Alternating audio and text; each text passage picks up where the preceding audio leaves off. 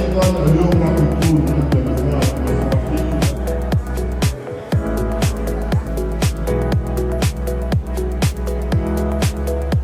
أنا فنانة مبتدئة وفنانة تشكيلية، برسم بكل شيء بالدلق أو كور بينتينج.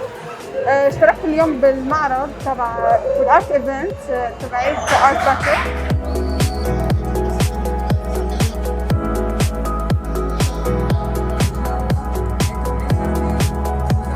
مركز أدهم هو أبرز مركز فنون جميلة على مستوى المملكة، وفي عندنا مسابقة اللي هي مسابقة ارت باتل تقام كل أسبوع.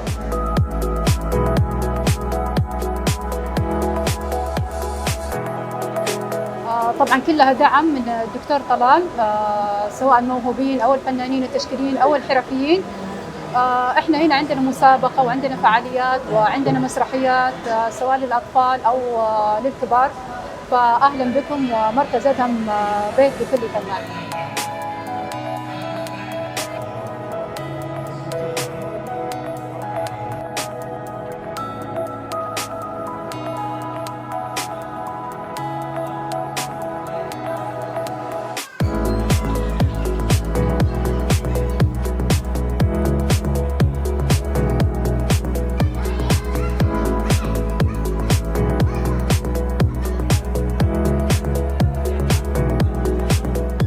So happy कि पाकिस्तान में अपने मुल्क का भी नाम ऊपर करेगा। इस मुल्क के हमारे पाकिस्तान की दोस्ती में हम जब भी करेंगे सऊदीया एंड पाकिस्तान जिंदाबाद। इस स्टेज में शो चलाया तो मैं बहुत खुश हूँ। मेरे जो सब पाकिस्तानी लोग भाइयों का उन लोगों को सलाम।